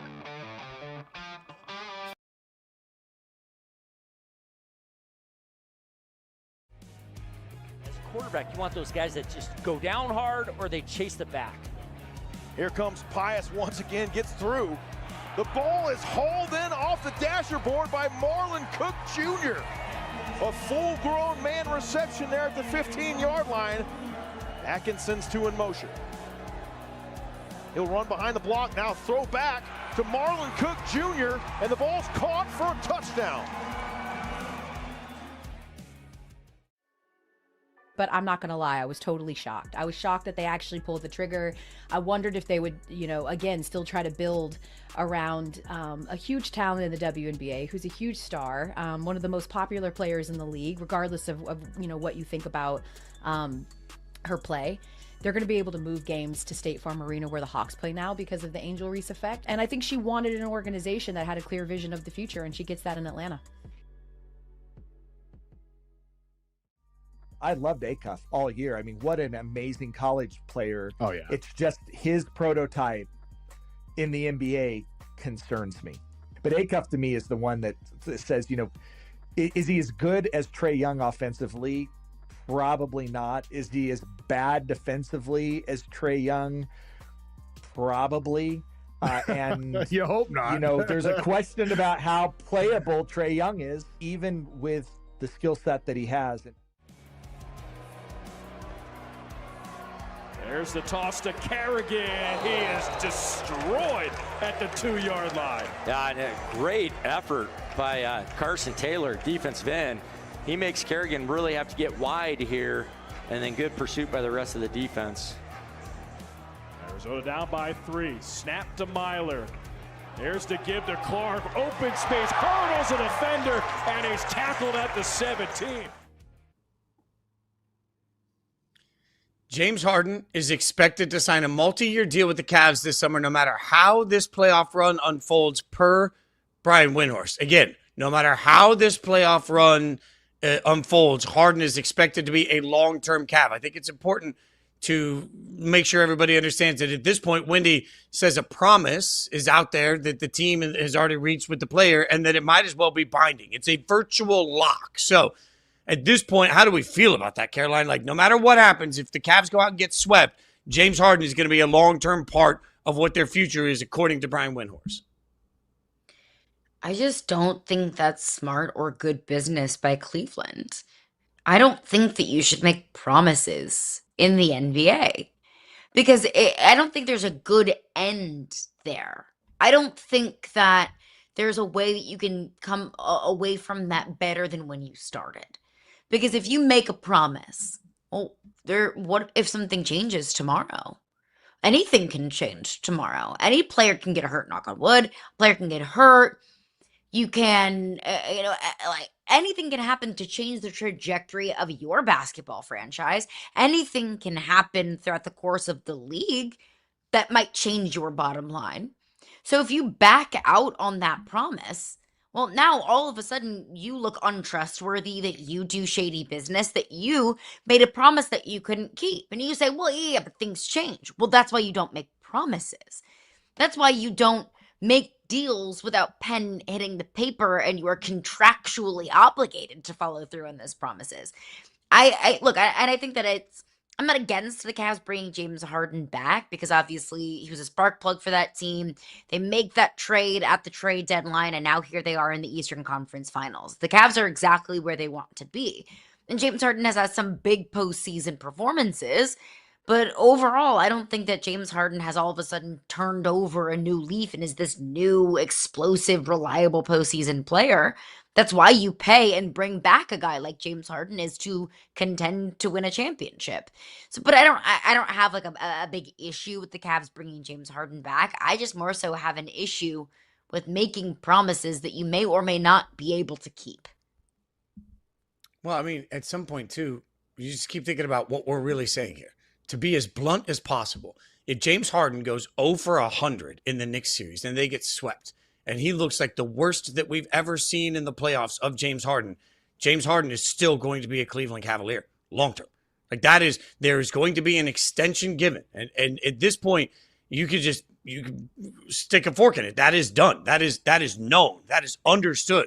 So the quicker everybody wraps their head around it, the more I think you have an understanding of what the future could look like in Cleveland. And it's frustrating, I'm sure, for Cavs fans because you're looking around and saying, why not us? We have a chance this year to try and make it to the NBA Finals. But when you take this 5 steps out, if the reason they make the NBA Finals is because Harden has a great series, nobody's going to care about the extension. If the reason they get swept by the Knicks is because Harden sucks, then everybody's going to hate every ounce of this. So at some point, that's the hard part, is that we're going to let the results dictate the way we feel about this, but the results don't matter. And this has been promised, according to Wendy, which to me says Cleveland must have understood that the only way they could pull off this trade, the only way they were bringing Harden in, was if they promised him this would happen. And the minute they do that, knowing the history that he has, knowing how loud it got when he didn't feel like he was done, the right things were done by him to him from a front office, you're not going to break that promise. So this is done. Just set it in stone. Now that you know that, when you look at everything that's moving forward for Cleveland, you're asking yourselves, what are they trying to do? I think obviously this tells us the Cavs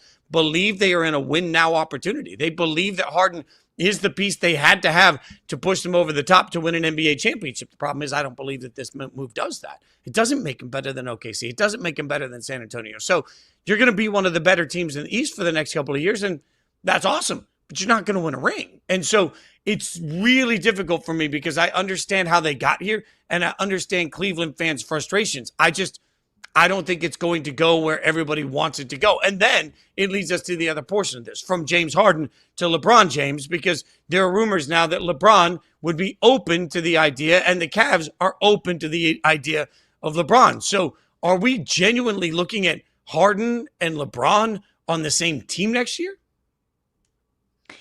I mean, of course, though, that's going to be the conversation. We've been talking about LeBron going back to Cleveland for months now. So, of course, that's part of the conversation.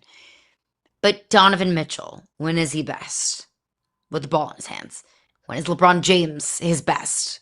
With the ball in his hands. James Harden, same thing. That's a lot of guys that need the basketball.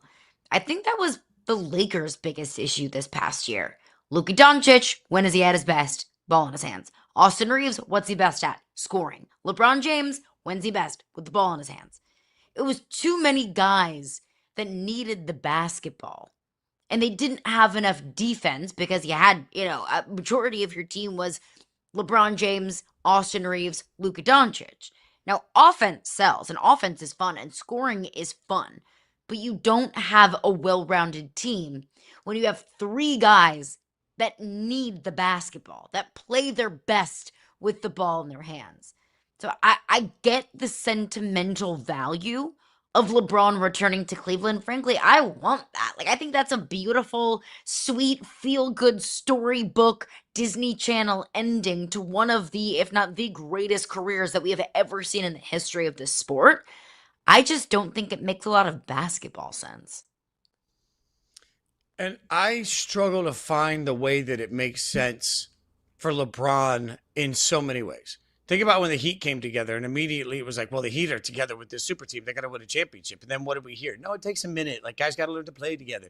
Even now, we're hearing Harden say after games, hey, we're still learning each other. So now LeBron is going to go try and figure out what his role is with the new coach. And I would ask, who is that coach? Who is the mastermind? We think they can look at these dominoes, these pieces, manage those personalities, and also get the most out of them from a basketball standpoint. That's suddenly going to be the savant that can make sure that everybody feels fed every single night and everybody's getting enough touches every single night. And then everybody's going to swallow their pride and their egos that suddenly come together. So we think that's all going to happen. And it's going to happen immediately. Like, to me, the only way LeBron makes sense to Cleveland is if LeBron is going to Cleveland for multiple years, because it's going to take a minute for the team to come together. And then we're going to sit there the whole time and say, well, they didn't even win a championship. So what's the point, right? So if you're telling me that LeBron believes he has 2 or 3 years left and he wants to spend those 2 or 3 years gelling with everybody in Cleveland, maybe I buy that argument. But if we really believe that this is probably or likely the last year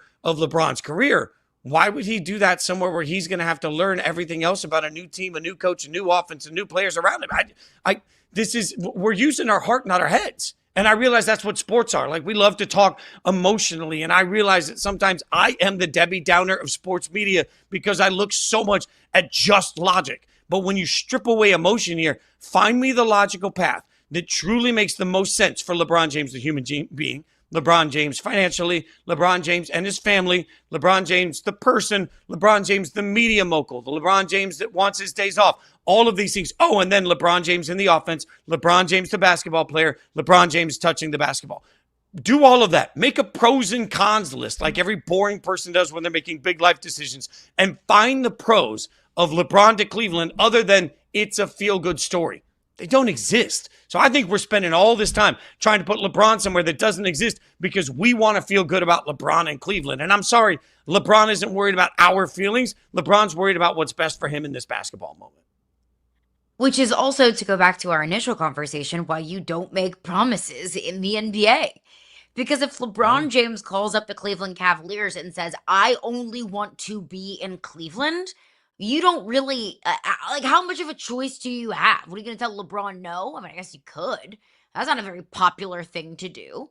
If you didn't make a promise to James Harden, you could find, I think, a world where you could rationalize, okay, you bring in LeBron, you move on from James Harden, Donovan Mitchell sticks around. Like, you could put together, I think, a roster that you could sell that could be incredibly competitive, especially if we see the LeBron that we saw in the postseason.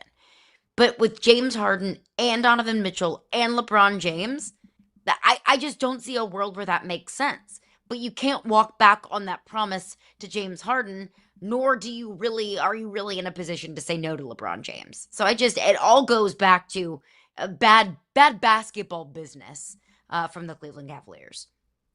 Yeah, and that's the hardest part about it is you can't make these decisions emotionally if you're Cleveland. At some point, you just got to move on. You got to do what's best for the Cavs to win a championship. Plenty of time to figure that out as the offseason will eventually give us tons of LeBron drama. We are Le Drama. We'll workshop that. But coming up next, we'll get all the college football drama answers we need. The great Stephen Godfrey going to join us. We'll break down betting controversies yet again.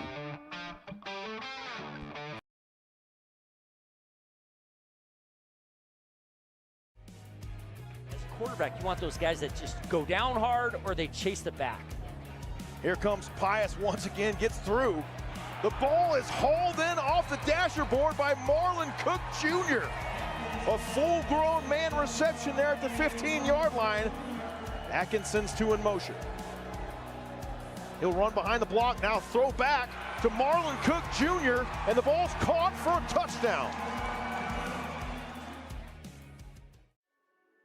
But I'm not going to lie, I was totally shocked. I was shocked that they actually pulled the trigger. I wondered if they would, again, still try to build around a huge talent in the WNBA who's a huge star, one of the most popular players in the league, regardless of what you think about her play. They're going to be able to move games to State Farm Arena where the Hawks play now because of the Angel Reese effect. And I think she wanted an organization that had a clear vision of the future, and she gets that in Atlanta. I loved Acuff all year. I mean, what an amazing college player. Oh, yeah. It's just his prototype in the NBA concerns me. But Acuff to me is the one that says, is he as good as Trae Young offensively? Probably not. Is he as bad defensively as Trae Young? Probably. And you hope not. There's a question about how playable Trae Young is, even with the skill set that he has. There's the toss to Kerrigan. He is destroyed at the 2-yard line. Yeah, and a great effort by Carson Taylor, defensive end. He makes Kerrigan really have to get wide here, and then good pursuit by the rest of the defense. Arizona down by 3. Snap to Meyer. There's the give to Clark. Open space, hurdles a defender, and he's tackled at the 17. Texas Tech quarterback Brendan Sorsby has filed a lawsuit against the NCAA to expedite his reinstatement process for the 2026 season. He is suing to say it will do irreparable harm to his career if they don't expedite reinstating him. And to break that down, one of the hosts of College Football Inquirer, one of our pals, friend of the show, just all around good guy, Stephen Godfrey joins us. All right, so what's the best? Here's the simple question, complicated answer. What's the best path forward for Sorsby? Oh, that he plays for Texas Tech and he makes $6 million in NIL. That's I can give you a very simple answer.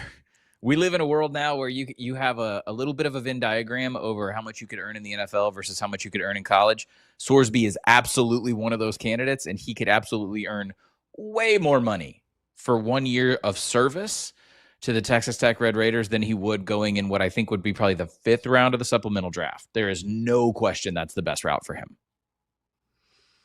That feels obvious, right? Mm-hmm. But yeah, that's only if he is able to come back to Texas Tech. Should he be able to come back to college football? Okay. So, Carla, we were talking in the break about the LSU basketball transfer from the Celtics. We were laughing about that, right? The only time I've seen a moral, the only time I've seen a moral imperative in the last year in college sports was the Charles Bediako ruling, the former pro basketball player who sort of transferred into Alabama. And what I mean by this is like everybody, fan sentiment, social media, lawyers involved, schools, conference commissioners, and eventually the judge in the state of Alabama said, we don't want this. What scares me about the Sorsby case is that to me, it is very clearly evidence of someone with an addiction issue. If you actually dig through what he's been accused of and his betting pattern, this was not a scheme to make money. This was not some sort of way of compromising the integrity of the game when he was the backup at Indiana and put $15 on his teammates to win. That is not a get-rich-quick scheme. That is not undermining anything in my opinion. So what scares me here, though, is what I'm seeing is a party line from the average fan all the way up to various people in power in college football is that he bet on his team. He should be done. I really don't see that should be the case here. This is a kid with an addiction issue. And, I said this on today's College Football Inquirer, which you can watch on whatever device you're currently watching this on later. That was just an impromptu ad read, by the way. I'm just that good. Well played. Thank you. Yes, company man right here. I'm on a Yahoo sticker. It scares me because this guy's future earnings are going to be severely hampered by the fact that he clearly has an addiction issue. And I said on the Inquirer, and I mean this, it's going to sound hyperbolic what I'm about to say, but just imagine if every time you turned on a college sports game, basketball, football, whatever, the advertisements, the lower thirds, the commercials said, hey, brought to you by crack. You can now smoke crack. Order some crack today, code crack30 or like whatever, right? And then all of a sudden, one of the people involved in the show that was promoting you the crack started smoking the crack. And we said, no, how dare you? That is a bridge too far, sir. You have misrepresented the integrity of this operation because you smoke crack. By the way, everyone else should smoke crack today. That's obviously a very sort of silly bit, but there's some truth to that based off of the pattern of his betting behavior. Again, this is not an individual who sought to undermine anything. This is a person with serious addiction issues. I don't know if you guys have looked into the story in detail. He's betting in the middle of the night. He's betting on like table tennis doubles matches in like, you know, in some Asian nation. He's doing middle of the night, like I think it was like horse racing or something like that. This is not someone, he's betting 40, 50, 60 times a day at a micro level in terms of a dollar amount. This is not someone who was trying to like pull a Ocean's 11 type scheme on the integrity of 2002 Indiana football. I guess the clapback to that, though, Godfrey, would be how often do we see alcohol advertisements in the middle of a game, and nobody sits there when a player gets busted with a DUI and says, well, hold on, we're advertising alcohol. Like we watched the Super Bowl, and nobody sat there when Henry Ruggs was involved in a tragic accident. Nobody sat there and said, wait, we can't penalize him. Like, it's not his fault he had 18 shots at Topgolf. It's alcohol's fault. So, like, why are we picking and choosing gambling as the thing that is a conflict of interest? It's to me, it's not a conflict of interest. If you want to advertise alcohol, if you want to advertise, you know, we don't do it with tobacco anymore. We used to. If you want to do gambling, I'm not standing in the way of that. I am pointing out the hypocrisy for one reason.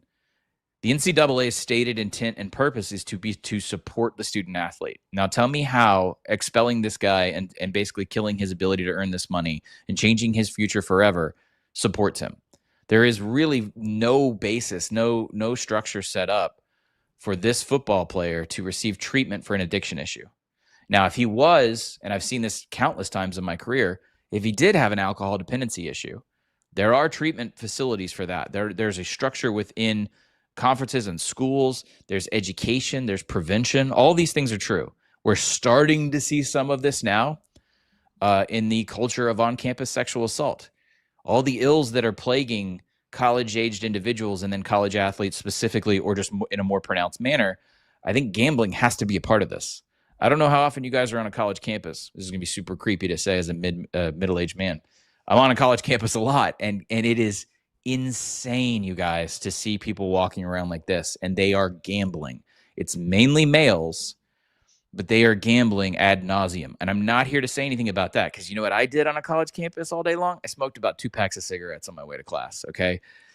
When you're 20, you're not in the your prefrontal cortex isn't exactly at its peak efficiency, okay? I'm not saying we should ban anything. I'm not talking about legislating morality, because that's a path to hell, in my opinion. But I'm shocked at the level of empathy here. And objectively, if a panel were to rule, I don't understand why we don't have subjective context for this. In other words, when there are eligibility issues or someone gets arrested at the NFL level or the NCAA level, there's usually some sort of peer review board or a board or of individuals that looks at the specifics of this instance. I think if you look at the specifics of the Sorsby instance, this is not someone who was trying to undermine the game. This is someone with an addiction issue. So I think the smartest thing to do to protect the student athlete, as we like to still say, is to establish some sort of treatment program, as well as put some of the billions of dollars that flows into this sport into prevention and treatment programs for other athletes, because this isn't going away, right? The apps are here and they're not going away. I didn't know athlete had 3 syllables now. That's amazing. I do have empathy. I think we all do. He clearly has an addiction. He clearly needs help, and I hope that he gets that. At the same time, though, Godfrey, he broke a rule. I think you can have empathy for the human, but still hold the athlete accountable. Because Hunter Deckers didn't get empathy. Hunter Deckers lost his remaining eligibility. Is that because Hunter Deckers went to Iowa State and he wasn't making $6 million at a team that just went to the college football playoff? I do hear you, and I understand that this is an epidemic and it's only going to get worse. But there is a clear rule in the NCAA that says you cannot gamble on your own team, and Brennan Sorsby did that. Yeah. I do think there should be some sort of qualifier on whether or not you're actually playing. That may feel semantic to some, but if there's a game suspension here, serve it. Totally. You know, if he's out for the first 2 games, which, by the way, if that number comes up, that's exactly the number you're going to hear. because off the top of my head, which is not the top of my head because I just did a segment on this, it's Abilene Christian and Oregon State. They will easily offer up a 2-game suspension and let Will Hammond start in his place. Actually, that probably won't happen because Will Hammond's coming off of an ACL. So you might have an interesting quarterback situation in the month of September at Texas Tech. I'm fine with a game suspension. This idea of banning and banishing someone for this particular action, we're talking about $15, by the way. I want to be really clear here for people who are, trying to figure out where their moral barometer is on this. $15. $15 betting on Indiana football in 2022. Clearly, he wasn't trying to undermine anything, because anyone who bet for Indiana football until 2 years ago should probably have some sort of mental health evaluation. Like, this is not this. To me, this. But does the dollar amount go ahead, matter? Fitz. It does to me. Why? $15 can't create a significant gain. It's not something that it. Again, this is the context and the subjectivity of this case. If you're the review board, or they have like sort of like this sort of digital task force to try and catch this when it happens, which they're doing a really bad job of. Like, they're trying to catch the athletes on the phone with IP tracking, and it's not working, clearly, because this guy did it at 3 different schools, or 2.5 different schools. If you saw only bets on Indiana football where he was somehow privy to something for substantial amounts of money, like I don't know if you guys remember the Alabama baseball coach that was like texting a guy to go to a bookie when he knew what the pitching lineups were to make money off of that. Like that is undermining the integrity of a game. This kid was making 50, 60, 70 bets a day sometimes, and occasionally they were on Indiana football. So to me, I do think the details are really important here. And if we want to throw this guy in a dungeon and toss the key, that's fine. But I want to be really clear here. This is not even close to the only time we're going to be dealing with this. We are about to see this in mass. My pushback is, we're not throwing him in a dungeon. We're not destroying his life. We're saying you did something and now you can't make $6 million. Like, this is where recidivism is what it is. Like, full transparency for anyone that watches and doesn't know my background. My brother spent 7 years in prison for possession with the intent to distribute, right? He's very successful now, but he got out of jail and he dealt with everything that comes when you get out of jail. And there's this concept of you can't rip somebody's life away. They're not ripping his life away, but the consequence of his action can be you don't get to make $6 million. Like, the consequence of your action doesn't have to be your life is over. It's not like Brandon Sorsby can't go get a job somewhere. He can find a place to. It's not like, he can't play football somewhere. If he wants, Canadian Football League, the UFL, maybe even the NFL, all these places could still give him an opportunity to earn a living. He could be a coach somewhere. There are plenty of places around the country that will give him an opportunity. He did something so egregious in the rule book, whether it was $15 or not. The NCAA takes such a risk on precedent. The minute you let somebody gamble on the sport, now all of a sudden, it was $15 here. Well, what if it's $100 there? Is that enough? Who are we to be the random arbiter of how much money is? Like, there is a clear-cut rule that was broken. It's not destroying his life. It's ruining his ability to make $6 million this year. But that's consequence in action. Like, he did that to himself. Now he has the consequence for his actions. Look, I can't argue the philosophical merit of it. I would argue that your brother was probably the recipient of too stiff a sentence because of the policies that we have towards drug laws. Yeah, I mean, the policy that we have in drug courts, it's ridiculous. It's an ideological debate, which I'm smart enough not to wade into just when you get down to sort of just perspective. This graphic that's up on the screen here, I want to address this. And I kind of jumped on my co-host somewhat on accident on Inquirer today about this idea of, look at this fan judge. Look at this fan judge. We did this in the Chambliss case with Ole Miss. We did this in the Aguilar case at Tennessee and the Bediako case at Alabama. Now, some of those rulings, you had the alumni local judge actually go against the local university. I get that people are somehow sort of outraged about this judge having some sort of partisanship towards Texas Tech. I want to be really clear. The President of the United States routinely and loudly talks about, we are going to find a friendly judge to make this, whatever it is, happen. He's been quoted saying that hundreds of times, sometimes specifically when it comes to the college sports legislation that he wants passed. When a tobacco company in the 90s was trying to not pay hundreds of millions of dollars to people who are dying of cancer, they pushed to have the trial in North Carolina where they might have a sympathetic judge to the local industry. This is how the American judicial system works. I am not going to let people clutch their pearls because this guy is posing with a Texas Tech mascot, when that's how we have determined as a society in America we are okay with our judicial system working for the last 100-odd years. So yes, this guy might be a Texas Tech fan. I'm going to be honest with you. I don't think he's going to rule in favor of Sorsby, because I do think, to go back to the beginning of the segment, I think this is kind of like that Badiako situation where it's just, I think the masses have spoken, Fitz, and I think more people agree with you than they do with me. What scares me the most, though, is that this is not going to, we're going to have no treatment and no prevention for this, and the NCAA is going to continue to purport to protect the student athlete. And it's similar to me, where you have cases of domestic abuse, or even like the constant issues with minor arrests at a place like University of Georgia and speeding.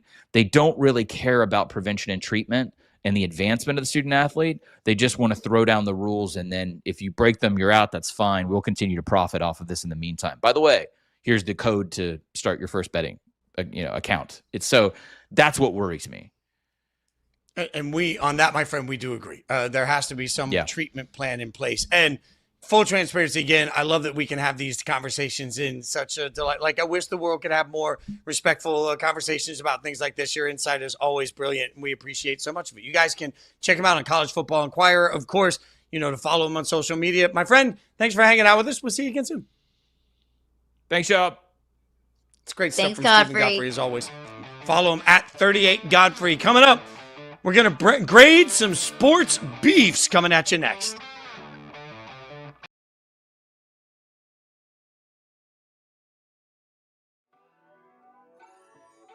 Who's a better promoter, him or Eddie? Very different. I mean, Dana. I think in terms Why? of, they run a business at UFC. They have a model. You could complain about it. You could say it's anti-fighter, but they know what they're doing. I don't think Eddie's going away. Do I think Dana has a smarter, more effective, more intelligent, better capitalized, better television connected thing going on than Eddie does? It's not even a question. Should AJ Bonsa be a lock for the number one pick going to the Washington Wizards? What do you think, Chad? He's been my favorite player to watch really all year. I love what AJ brings to the table and the upside. I think he's got the combination of a can't miss scorer who could just ultimately be, one of the elite top 5 players in the NBA. And I just don't think the Wizards take the risk. To me, he's the clear number one guy.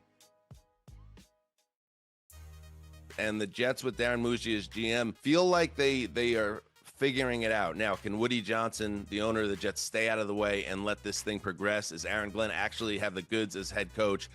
I don't know that. But I think Geno Smith was a really sound signing. And I really do think, dodging lightning bolts here, the Jets could surprise people this year and be a lot better than the team you've been watching the last 15 years during this historic playoff drought. Uh-oh, ball's up, ball's out. Tucson picks it up. We could have a scoop and score.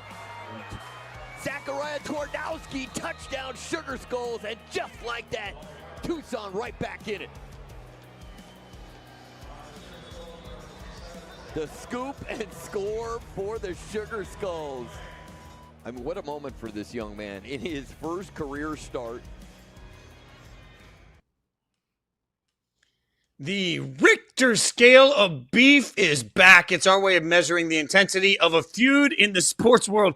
This is absolutely brilliant. 2 weeks ago, we had the Nature Boy beefing with Luka. Now we're going to continue that trend. We're going to figure out some of these beefs, and we're going to woo them. We're going to give a woo scale, a Richter scale. We start with Jaylen Brown versus Stephen A. Smith. We spotlighted Jaylen Brown's recent viral comments on a Twitch stream. Stephen A. gave his opinion on the Celtics star on First Take, saying that Jaylen Brown needs to, quote, be quiet. That prompted Brown to clap back to Stephen A. on another Twitch stream, saying, I'll be quiet and stop streaming if you be quiet and retire. Stephen A. responded, saying, be careful what you wish for. You really want me to start reporting on that level? Locker room, how that organization might think about you, how the city may feel about you. On a scale of 1 to 10, woos! How seismic is Jaylen Brown v. Stephen A. on this one? Woo! This is like a 7. This is like a 7. Whenever your beef is just held to verbal. It can't supersede like a certain level. Like if this was Jaylen Brown versus, I don't know, Joel Embiid, Tyrese Maxey, whatever, like a player that he's actually going to be playing on the court that could elevate to physical, now that's a different level of beef. But it's just going to be verbal. But when you're getting into a verbal beef with Stephen A. Smith, oh, that's about as high of a verbal beef that you can get. Now, I think Jaylen Brown overstepped when he said, I'll stop streaming when you retire. It's Stephen A. Smith's job to talk. It is Stephen A. Smith's job to call people out and to dial up the heat on their seat a little bit. It's not Jaylen Brown's job to Twitch stream. Doesn't mean he can't do it. Of course he can. But it's like coming for Stephen A. Smith for doing his job when you are the one who is making yourself look silly, who's making your organization look silly by what you're saying in Twitch streams, creating all of this drama, creating all these question marks about you and your relationship with the team. Like, you are overstepping as somebody who is as important of a figurehead for the Boston Celtics as Jaylen Brown is.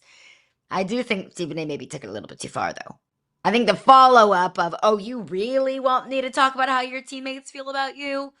I think that was a low blow. Well, the problem is Jaylen, I give it a 6 woo. So it's a really good woo, but it's not the best woo. The problem here is that Jaylen Brown is only giving more ammunition to Stephen A. Like, this is what Stephen A. does. The reason that Stephen A. makes reportedly over $20 million a year from ESPN, and that's before you even factor in some of the other production deals that he has, is because he creates conversation. The minute Jaylen Brown replies, what does everybody do? They flock to First Take the next day to see how Stephen A. replies. The minute Jaylen Brown says something, now all of a sudden people are going to Twitter X to see what Stephen A. has to say back. So weirdly, Jaylen Brown, by replying, is actually benefiting Stephen A. So he's playing into the hands, in this case, of his arch rival by saying absolutely anything. So the hard part about it is that I feel like part of me looks at it and says, all right, this is good beef. Part of me also looks at this and says, this is all just a big old setup. We're going to end up with Jaylen Brown going on First Take, where Stephen A. is going to be a little bit calmer than his words sound on social media. He's going to talk in that Stephen A. whisper. And then he's going to get a little heated, talking the Stephen A. whisper. And they're going to talk it out in front of everybody in a way that makes everybody clicks and gets everybody more attention for what it is. I think maybe we're all the pawns in this game. I want to believe that Jaylen Brown knows what he's playing into, but ultimately this is why Stephen A. is Stephen A. Because if Jaylen Brown had something to say about anybody else in media, we wouldn't care. We wouldn't give a damn if he was saying something about Shannon Sharp. We wouldn't give a damn if he was saying something about Skip. The minute he says something about Stephen A., we all flock to it. Oh, what's Stephen A. going to say now? So we're the clowns because we're paying attention to all of this. We're the clowns. All right, not the only Jaylen Brown beef we got. Check this out. We have Jalen Hurts, A.J. Brown, Jaylen Brown beef, reportedly at odds. The Eagles wide receiver recently married his longtime partner, Kelsey Riley. It's being reported Hurts not present at the ceremony. Caroline, you recently got married. What do we think? Is this beef? So my initial reaction was, okay, well, who was at the ceremony? Because maybe AJ Brown and his wife just wanted to have a small, quiet thing with just their daughter and their families. I did a little bit of digging. And of course, we have a lot of reliable reports on Twitter, which is exactly where I got all of my very reliable information. Saquon was there. There were a bunch of other Eagles players that were there. Okay, so it's a big enough ceremony. There are some teammates that are invited. Okay. Does Jalen Hurts have a legitimate reason why he couldn't be there? Like you said, I just got married. And I had several of my friends who didn't come. Hey, my brother's getting married that weekend. Hey, I already committed to something for work that weekend. Hey, it's just not in my budget that weekend. I'm so sorry I can't be there. Of course, you understand. There are reasons why people can't go to certain things, even if it is an event as important to you as your wedding. I don't know Jalen Hurts' schedule. I don't know his itinerary. I do think it's a little strange, though, that A.J. Brown had other teammates there and Jalen Hurts wasn't. Now, there is still a possibility that Jalen Hurts just wasn't able to be there. You've seen the movie Draft Day, right? Of course. Of course. It's the worst, best movie of all time. One of the funny jokes that we always, bring up around draft time is, well, none of his teammates came to his birthday party. And we make fun of that a lot. I think that's a red flag, though. Like that is enough reason to be like, okay, maybe this guy's actually a bad guy because none of his teammates wanted to come to his birthday party. I do think that that's a little sketchy.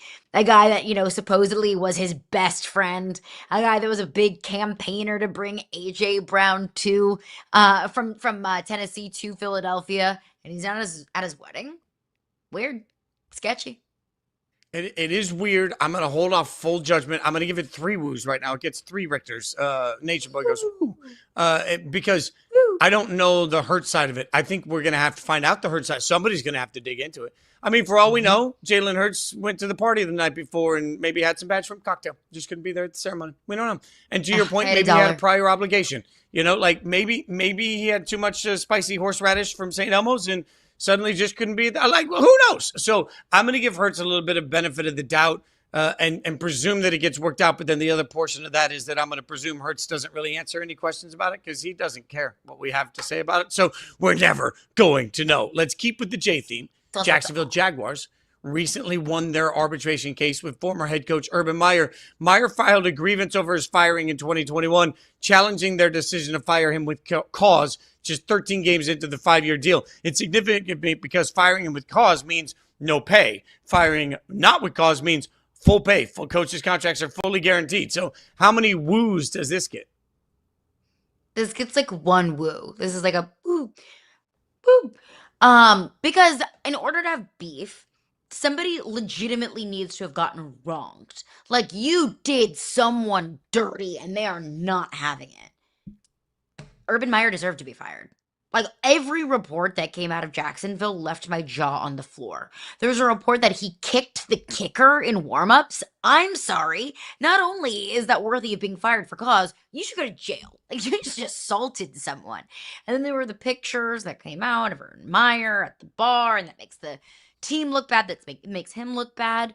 I mean, I think Urban Meyer should have been arrested for crimes against football and what he did in Jacksonville. So no, this isn't beef. If anyone should have beef, it's Jacksonville for what Urban Meyer did to that team. So no beef here. Urban Meyer got everything that he deserved. Which is look, this gets 10. This gets full 10. This gets all of the beef. This gets all of the woos. This gets all of it. Here's the reason. Look, it saves the Jags $30 million. You see that repeatedly. I want to remind you that the Jags are owned by Shad Khan. According to the Google machine, Shad Khan's net worth is $15 billion. So the $30 million, not really the key here. But the key here is Shad's son, Tony Khan. Tony Khan owns AEW Wrestling, which ties me back to Ric Flair. And I just want them to be petty enough that every wrestler in all of AEW sits on the front lawn of Urban Meyer's house and woos him over and over and over again because they won the lawsuit and they get to keep their money. So yes, you're right. It's not that dramatic because nobody was wronged, but I love the trash talking that we get from any ounce of this. Any chance that we get for the Jags to go out and trash talk Urban Meyer after taking $30 million out of his pocket and keeping him for themselves. I want all of the AEW wrestlers in full Nature Boy regalia out on the lawn doing the whole walk and giving me all the woos, Caroline. I think they just want to forget that the Urban Meyer experience never happened. And they're just like, we don't even want to make this a thing. We could be petty. And if the Jags wanted to be petty, they totally and completely could. And I would kind of be here for it. But I just think the Jags want to erase their, relationship with the Jags. Whenever you break up with somebody and you move on and you mature and you look back and you're like, what was I thinking? Oh my God, he was balding and he didn't even have a job. And I was obsessed with him. Like, what in the world was I doing? That's what I think the Jags, how they feel about Urban Meyer. They just want to forget it. They can't believe they ever did it. And they want to move on from it. Yeah, look, we always talk about players hardening Game 7 in the NBA. I want Meyering to become a phrase. When you hire a coach so bad that it almost ruins your can't-miss quarterback prospect, you try to Meyer him. We'll be back right here at 9 a.m. She's Caroline Fenton. I'm Jason Fitz. Thanks for hanging out. Come back and see us tomorrow. Yahoo Sports Daily. Thanks for watching. Have a great day.